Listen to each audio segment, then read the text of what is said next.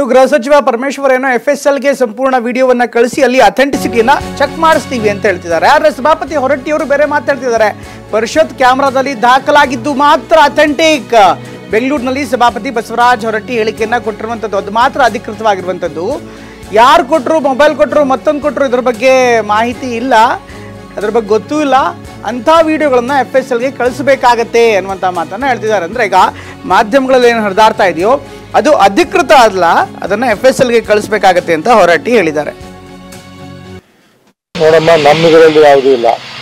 ನಮಗೆ ಮೂಲ ಏನಂದರೆ ನಮ್ಮ ವಿಡಿಯೋ ಅಂದರೆ ನಮ್ಮ ವಿಧಾನ ಪರಿಷತ್ ವಿಡಿಯೋ, ಆಡಿಯೋ ಮತ್ತು ನಮಗೆಲ್ಲ ರೆಕಾರ್ಡ್ ನಮ್ಮಲ್ಲಿದ್ದರೆ ಮಾತ್ರ ನಮ್ಗೆ ಅಥೆಂಟಿಕ್.